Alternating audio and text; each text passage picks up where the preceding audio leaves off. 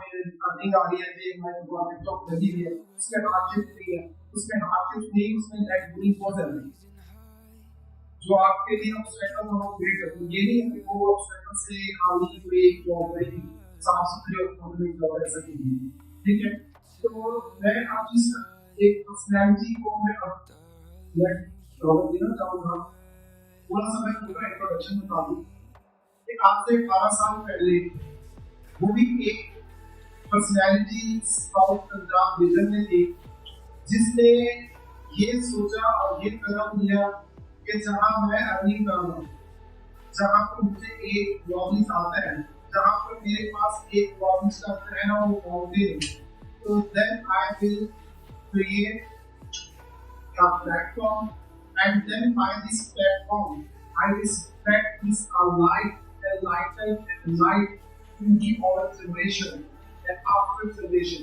केवल वही रोशनी जो कोई एक मौजूद शर्मा मेरे अंदर है या मेरे पास है वो बाकी सबके पास भी लगे। 18 साल पहले उसी 18 साल में अब तक जो है उन्होंने कई स्टूडेंट्स क्रिएट किए किसी भी बिजनेस में, उन्होंने कई डेवलपर्स पैदा किए किसी एक सॉफ्ट जॉब गुजरते हुए, उन्होंने कई एक ऐसी जो है वो अपने जो है अपने आप को अपने नाम से और अपने काम से इस विजन के अंदर रिकॉग्नाइज करवाया बुलवाया और अब माशाल्लाह से उनके नाम को हम या आप किसी भी इदारे में उधर कोई ना कोई हमारा वाकिफ या हमारे काबे से आगे कोई मिलियन होता है जो उनको बहुत पर्सनली तौर पर जानता है। तो मैं नो डाउट इसमें ये एक दिन में सब कुछ नहीं हुआ, तो जिस वो पर्सनैलिटी है वो एक दिन में नहीं बनी, ठीक है। लेकिन ये एक सोच बहुत कम लोगों में होती है कि कोई मतलब पैशनेट अपने बारे में है और दूसरा के बारे में उसमें से ज्यादा पैशनेट है कि हम भी इनका कॉलेज है और वो नर्सिंग और वही तो एजुकेशन है और वही तो एजुकेशन लेवल वही मेरा एजुकेशन लेवल तो दूसरों के पास भी है। तो ये सोच बहुत कम होती है। इसी सोच को आगे लेकर एक पर्सनैलिटी चले हैं सर हमारी मुकाम लाता। So please clap on the stage to stage the time and upload your एक powerful knowledge हमसे share करें। Please come on the stage and share the knowledge to our audience.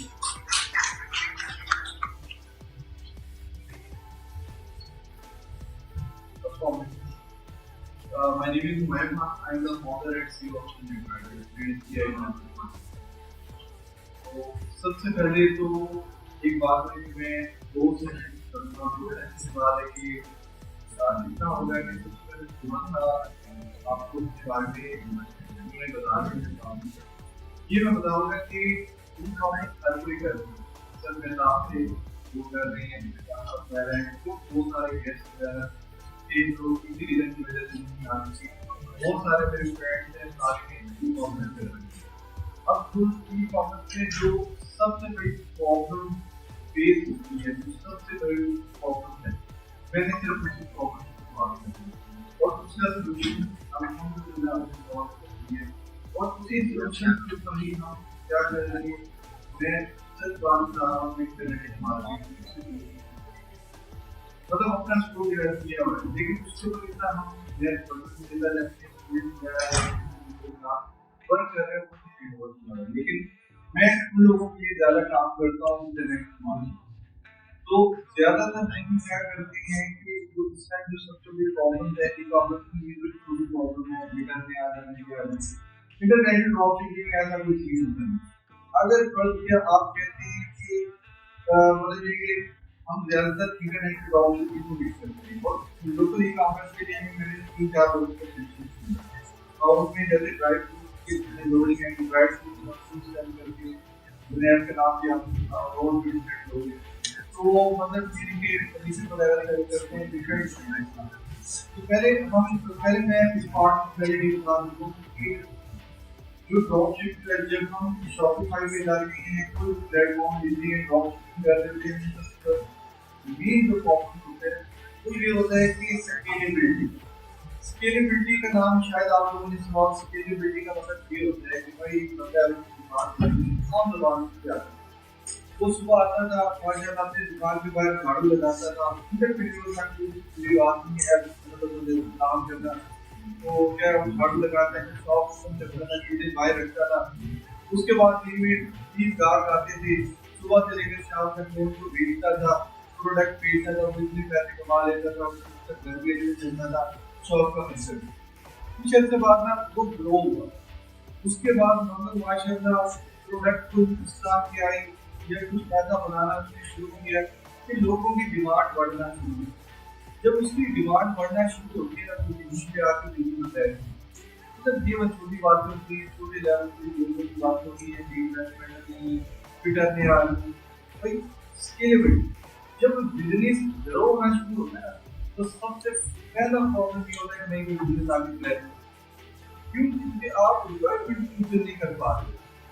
वहाँ पे अक्सर लोगों को या अपना बिजनेस को शुरू करना पड़ता है या उनको इस या लोगों के साथ दोस्ती देनी पड़ती है कि जिसे हम आम जबान में कहते हैं फिल्मी दिलानी पड़ती है, स्टोरी डालनी पड़ती है, भाई ना बंदा छोड़ के चला गया आपका आज मुझे चाहिए हो जाएगा ड्यू टू स्केलेबिलिटी।